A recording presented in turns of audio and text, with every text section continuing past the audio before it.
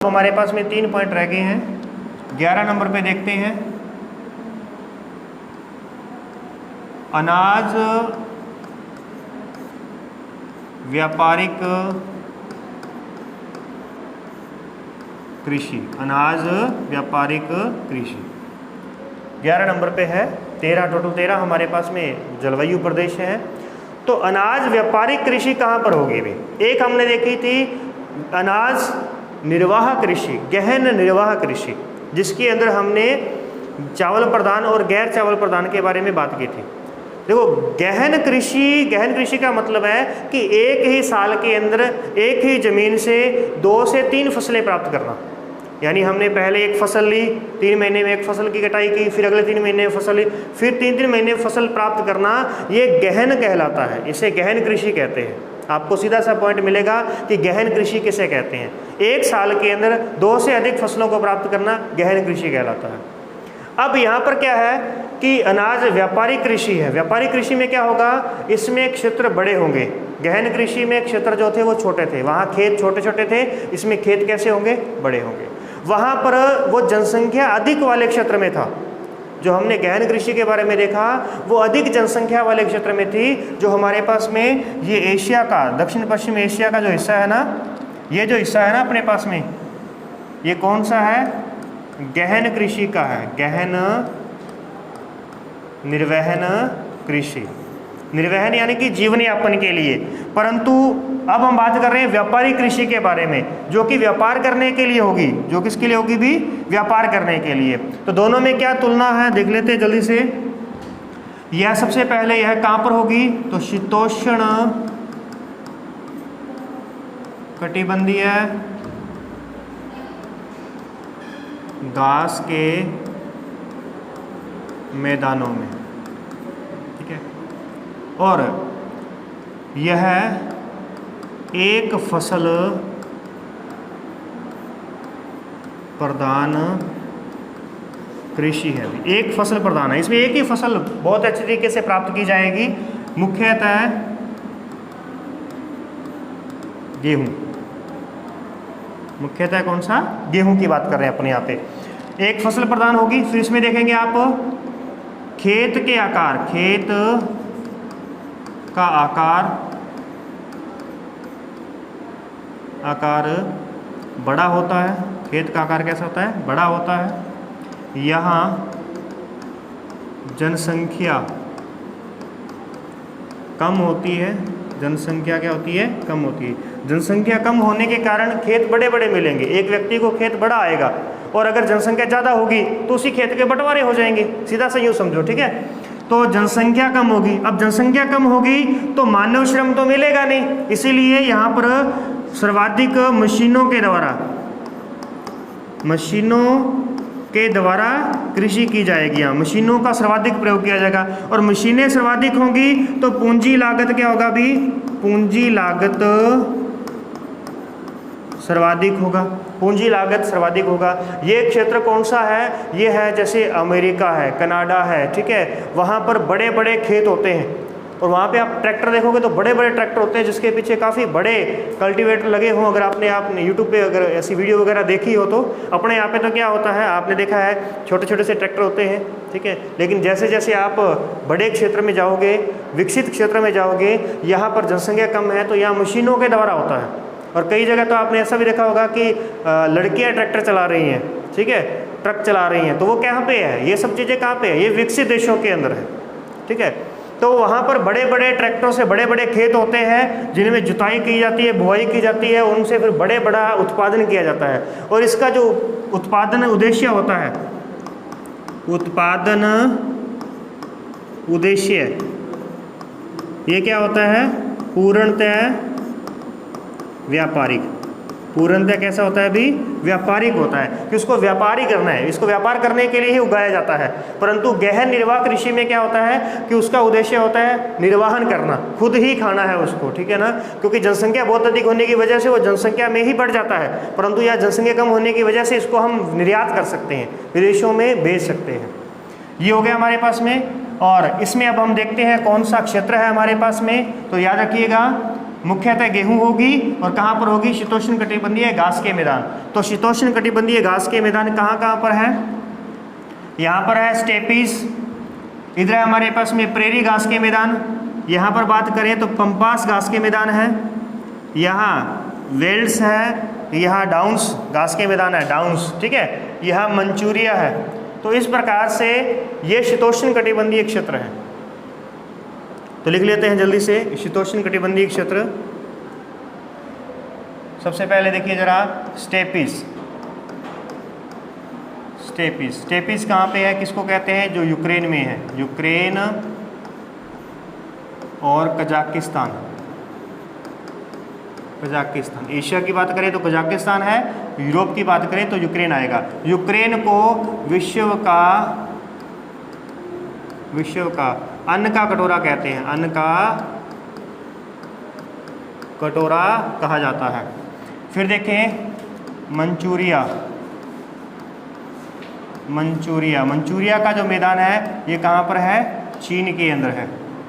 फिर उसके बाद में देखते हैं पुस्टाज, पुस्टाज, तो पुस्टाज जो है वो हंगरी में है, हंगरी, हंगरी मैंने भूखा, तो ये हो गया हमारे पास में, भूखा हो जाएगा तो हो जाएगा बूढ़ा, तो यहाँ की इसकी राजधानी जो है वो बुडापेस्ट है, बुडापेस्ट, पुस्टाज हो गया। फिर देखेंगे प्रेरी, प्रेरी उत्तरी अमेरिका में कनाडा और यूएसए, यूएसए, इसे कहते हैं ब्रेड बास्केट ऑफ वर्ल्ड, यानी कि रोटी की डलिया, रोटी की डलिया, विश्व की रोटी की डलिया, bread basket of the world, विश्व में कहते हैं ना वो आपके रोटी पका करके किस में रखते हैं, जो होता है ना रखने वाले के लिए, जो अपन क्या बोलेंगे, अब आप क्या बोलते हो, ठीक है, उसमें छाबा बोलते हैं, छाबा, उसको क्या बोलते हैं, छाबा बोलते हैं, ठीक है। तो उसको बोलते हैं रोटी की डलिया। बास्केट हो गया ना, ब्रेड बास्केट, ब्रेड मैंने रोटी, बास्केट मैंने टोकरी, उसकी टोकरी, ठीक है ना।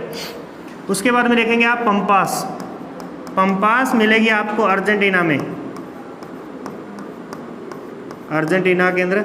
यहाँ पर हमें गेहूं की अर्धचंद्राकार पेटी मिलेगी, गेहूं की अर्धचंद्राकार पेटी।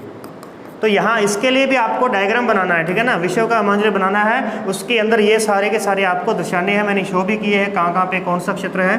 पंपास हो गया, और वेल्ड दक्षिण अफ्रीका, और डाउन्स ऑस्ट्रेलिया, ऑस्ट्रेलिया। तो यहाँ पर हमें क्या मिलेगा अभी, इस क्षेत्र के अंदर आप देख पाएंगे ये हमारे पास में कितने क्षेत्र हो चुके हैं, 1 2 3 4 5 6 7, ये 7 क्षेत्र है, और सातों महाद्वीपों के अंदर कवर कर दिया हमने।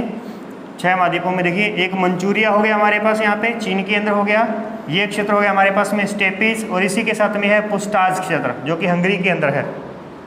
ये प्रेरी घास के मैदान है जो कि कनाडा और यूएसए के अंदर है, या पंपास घास के मैदान है जो कि अर्जेंटीना में है, और यहाँ पर जो है हमारे पास में वेल्स दक्षिण अफ्रीका, और डाउन्स जो है वो ऑस्ट्रेलिया के अंदर है। तो इस प्रकार से यहाँ पे सभी जगह पर क्या होती है, गेहूँ उत्पादन किया जाता है, गेहूँ की पैदावार होती है यहाँ पे। ओके, चलिए नेक्स्ट आगे देखते हैं जल्द से। नेक्स्ट अपने पास में क्या आ गया, अनाज व्यापारिक होगी। अब देखिए एक है हमारे पास में बागानी व्यापारिक भी, बागानी व्यापारिक कृषि।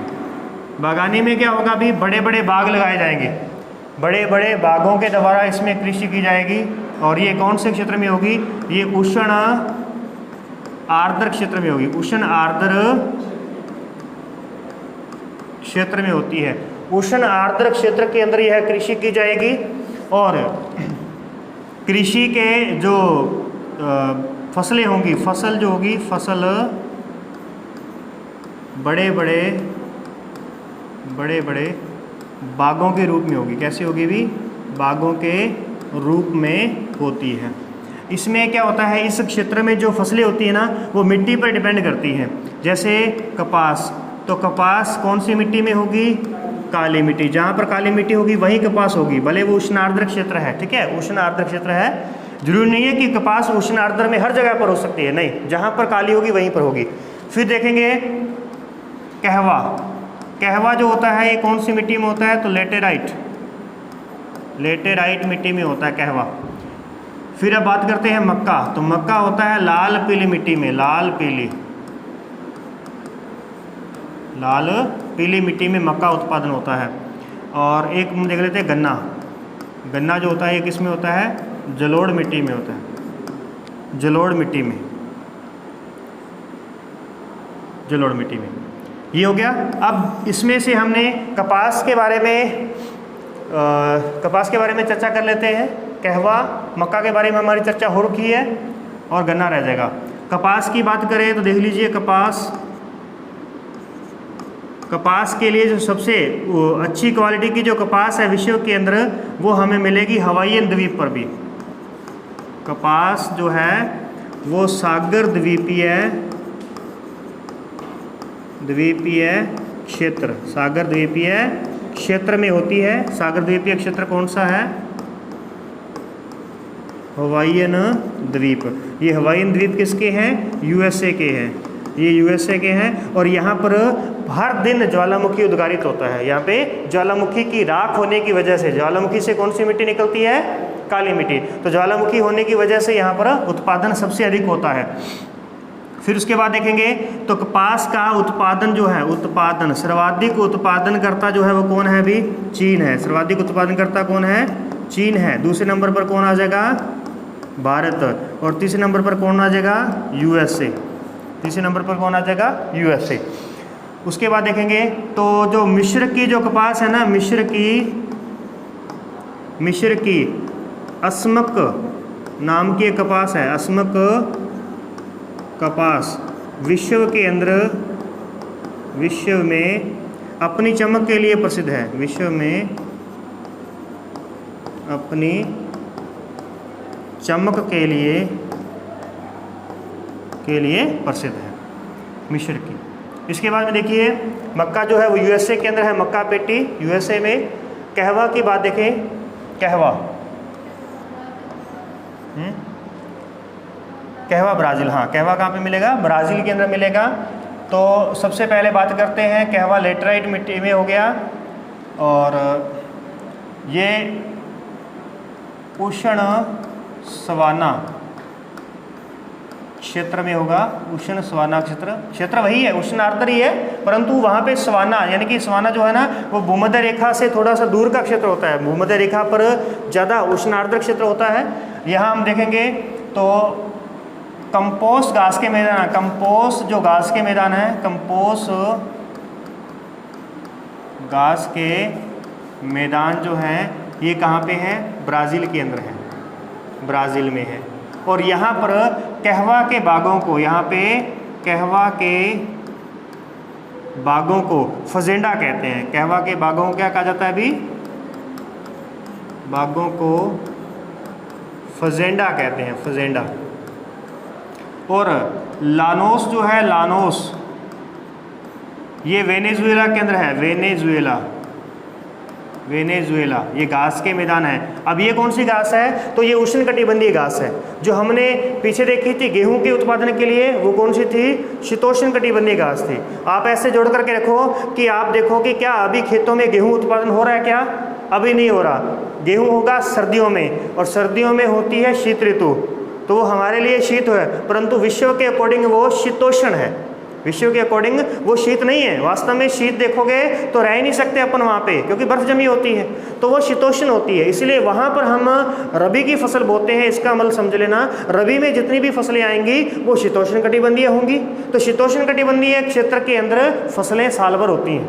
वहाँ गेहूँ जो होता है ना वो साल भर होता है उस क्षेत्र के अंदर, इसीलिए सबसे अधिक वो व्यापारिक क्षेत्र बन जाता है। इसके बाद देखें वेनेजुएला। वेनेजुएला में कहवा के बागों को फिंकी कहते हैं, फिंकी।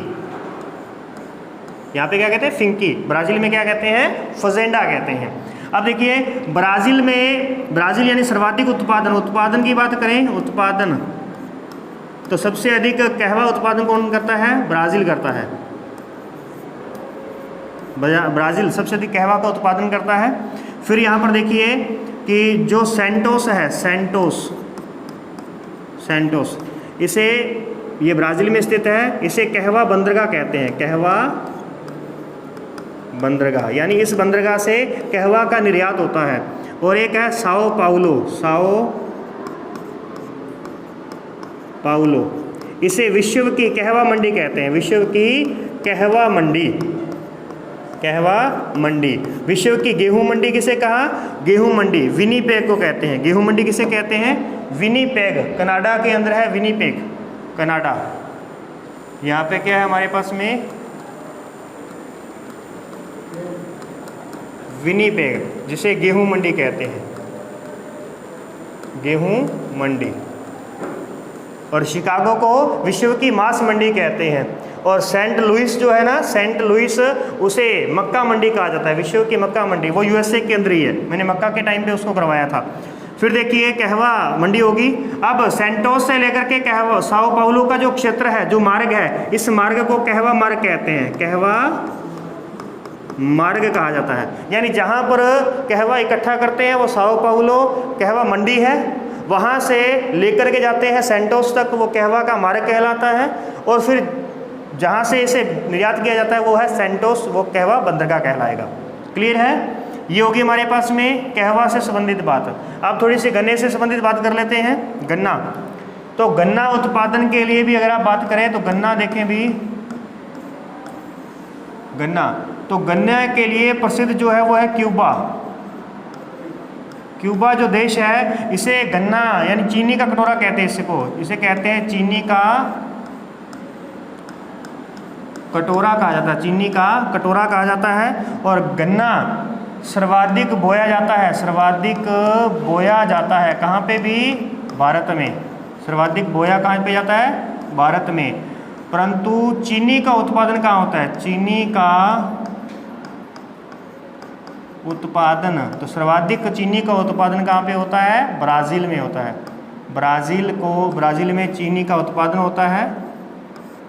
और दूसरा स्थान आता है भारत का, भारत में चीनी उत्पादन में दूसरा स्थान है। इसके बाद देखेंगे कि एक है सिपिट। सिपिट जो है ब्राज़ील में है, ब्राज़ील में इसे चीनी बंदरगाह कहते हैं, चीनी बंदरगाह कहा जाता है, चीनी बंदरगाह कहा जाता है। इस प्रकार से ये गन्ने से संबंधित हमारे पास में है। तो एक पॉइंट हमारा अभी भी बाकी रह गया है, परंतु समय हो गया तो इसीलिए हमें ख़त्म करना पड़ेगा। यहाँ पे 13 नंबर में जो था ना हमारे पास में, वो है रोपण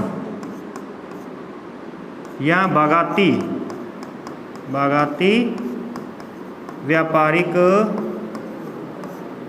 कृषि। यानी इसमें रोपण फसलें होंगी भी। फसलें कैसी होंगी? रोपण फसलें होंगी। रोपण फसलें कौन सी होती हैं? ये भी उष्ण आर्द्र क्षेत्र में होती हैं, लगभग 3 से लेकर के 10 डिग्री के मध्य, 10 डिग्री अक्षांशों के मध्य, नॉर्थ एंड साउथ के अंदर होती है। रोपण में क्या आता है? देखिए जरा, रोपण में एक होते हैं स्थायी रोपण, जिसको एक बार रोप दिया और अब उसमें से उत्पादन प्राप्त होता है हमें, तो वो होता है जैसे रबर, रबर है, चाय है, कहवा है, नारियल है। ठीक है, ये तो होगी क्या? स्थायी, जो कि एक वृक्ष के रूप में होती है। और एक होती है फसल के रूप में, जिनको बार बार बोया, बार बार रोपण किया जाता है, बार बार रोपा जाता है। तो उसमें कौन आता है अभी? चावल, गन्ना, चावल, गन्ना, केला। ठीक है, इनको क्या किया जाएगा? हर साल केले में से, केला ऐसा पेड़ है जिसका यानी कि तना सबसे अधिक, सबसे ज़्यादा कमज़ोर होता है। ठीक है ना, इसमें से एक बार फल निकला तो उसको बाद में काट दिया जाता है, दोबारा से उसका रोपण किया जाता है। तो इस प्रकार से ये होते हैं बार बार रोपण वाले, बार बार रोपण की आवश्यकता पड़ती है इसमें, और इसमें बार बार रोपण की आवश्यकता नहीं होती। ठीक है, तो इसमें आप देख पाएंगे, यहाँ हम देख लेते हैं कि गन्ना उत्पादन में हमने देख लिया अभी कौन था। गन्ना उत्पादन के लिए ब्राज़ील था, और चीनी उत्पादन भी ब्राज़ील में होता है। चाय की बात कर लेते हैं। चाय उत्पादन में चीन का पहला स्थान है, चीन का पहला स्थान है।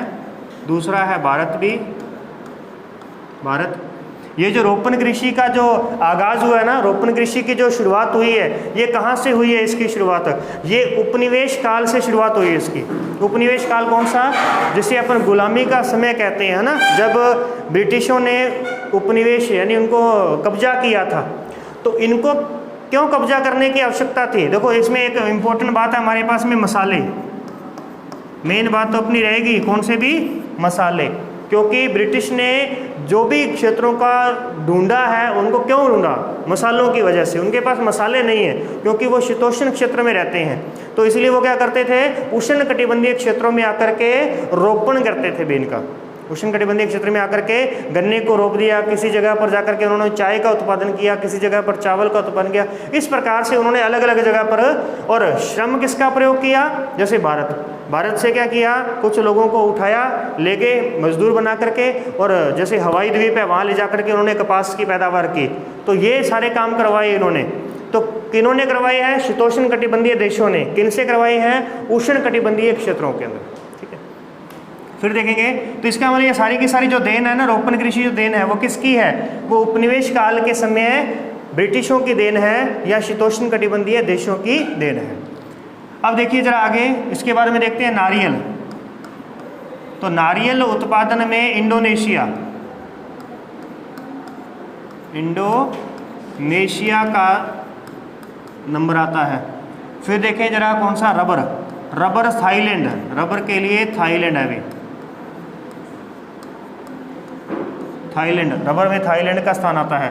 कोको, एक है कोको, कहवा का एक और अलग रूप होता है कोको। तो ये पेड़ के रूप में होता है कोको। ठीक है, कहवा से तो क्या बनती है? कॉफ़ी बनती है। कहवा से कॉफ़ी बनेगी, कोको से चॉकलेट बनाएंगे। तो ये है आइवरी कोस्ट।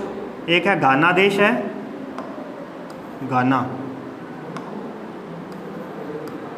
घाना देश है, और एक है आइवरी कोस्ट।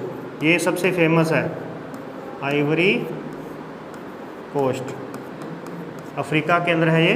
उसके बाद में आप देखेंगे केला। तो केला उत्पादन में मलेशिया का स्थान है। और गन्ना उत्पादन में आपने अभी देखा क्यूबा का स्थान है गन्ना उत्पादन के अंदर। रोपण कृषि की बात करें तो विश्व के अंदर रोपण कृषि के 3 मुख्य स्थान आते हैं। एक हमारे पास में है दक्षिण पूर्व एशिया। इसमें आप देशों के नाम लिख देना, ठीक है? Thailand, Myanmar, Thailand, Laos, Vietnam, Cambodia, Malaysia, Indonesia, वो सब देश यहाँ पर आ जाएंगे। दूसरा हमारे पास में है अफ्रीकी देश, और तीसरा हमारे पास में अफ्रीकी देश कौन से हैं? ये दोनों अफ्रीकी देश हैं। ठीक है, ओके। उसके बाद में आप देखेंगे मध्य अमेरिकी देश, मध्य अमेरिका, या फिर इसको हम कहेंगे लैटिन अमेरिका कहते हैं, लैटिन अमेरिका। तो इसमें मैक्सिको, क्यूबा, ठीक है, हैती, ये सब देश इसके अंदर आ जाते हैं। ब्राज़ील है, वेनेजुएला है, वो सब देश किस में आ जाएंगे? इस वाले क्षेत्र में आ जाएंगे। तो इस प्रकार से ये हमारे पास में थी विश्व के जलवायु प्रदेश। और विश्व के जलवायु प्रदेशों को हमने मानचित्र पर भी देखा था, और कुछ बातों को आपने भी देखो। पहले इंडेक्स बना लेना, उसका इंडेक्स तो मेन है ही है, इंडेक्स याद करना है अच्छी तरीके से। और अब देखो जरा यहाँ पे एक बार बता देता हूँ कि सबसे पहले हमने शुरुआत की थी आदिम कृषि की। तो आदिम कृषि जो है वो घने जंगलों वाले क्षेत्र में होगी। आदिम कृषि कहाँ होगी? जंगलों वाले क्षेत्र में होगी, जहाँ आदि मानव रहता है। तो वहाँ पे या तो वो स्थानबद्ध करेगा, एक ही जगह पर रह करके करेगा, और या फिर वो स्थानांतरित करेगा। तो स्थानांतरित के हमने नाम लिखे थे, वो लगभग सारे इसी क्षेत्र के हैं। फिर उसके बाद हमने बात की थी गहन निर्वाह कृषि की। तो गहन निर्वाह के अंदर एक चावल प्रदान है और एक गैर चावल प्रदान है। चावल प्रदान और गैर चावल प्रदान वो दोनों इसी क्षेत्र में होंगे। उसके बाद में हमने बात की थी पशुचारण की। तो पशुचारण का जो क्षेत्र था हमारे पास में, पशुचारण, वो पशुचारण का क्षेत्र ये है, ये क्षेत्र पशुचारण का है। यहाँ पे ऊंट का, भेड़ों का, घोड़ों का, उनका पशुचारण किया जाता है। उन्हें मतलब चराया जाता है, उनसे जो भी उत्पाद प्राप्त होते हैं उनसे जीवन निर्वाह किया जाता है। उसके बाद भाई था पशुपालन। तो पशुपालन के लिए थोड़ा बड़ा क्षेत्र हमारे पास में आ गया था, जैसे अर्जेंटीना, यहाँ पे गायों का पालन किया जाता है। मक्का की पेटी जहाँ पर सूअर का पालन किया जाता है। तो इस प्रकार से ये लगभग विकसित क्षेत्रों के अंदर आ गया था। उसके बाद हमने बात की है पशुपालन के बाद में आ गया था हमारे पास में मिश्रित कृषि। तो मिश्रित कृषि आज हमने देखी कहाँ कहाँ पे मिश्रित कृषि हो जाएगी। उसके बाद में भूमध्य सागरीय जलवायु आ गई। फिर हमने देखा आगे चल करके कि अनाज प्रधान कृषि, तो अनाज व्यापारिक कृषि जो है वो कहाँ पे है, शीतोष्ण कटिबंधीय क्षेत्रों के अंदर आती है, जो कि इसके 7 पॉइंट बनते हैं हमारे पास में। तो इस प्रकार से ये मानचित्र आपके सामने बनेगा। फिर भी कोशिश करूँगा मैं आपको एक मानचित्र बना करके दूंगा अपने हाथ से। बस आपको मानचित्र बनाना आना चाहिए अच्छे तरीके से, उसको अच्छे तरीके से सीखो और उसमें फिल करना आना चाहिए। ठीक है, तो ओके, धन्यवाद।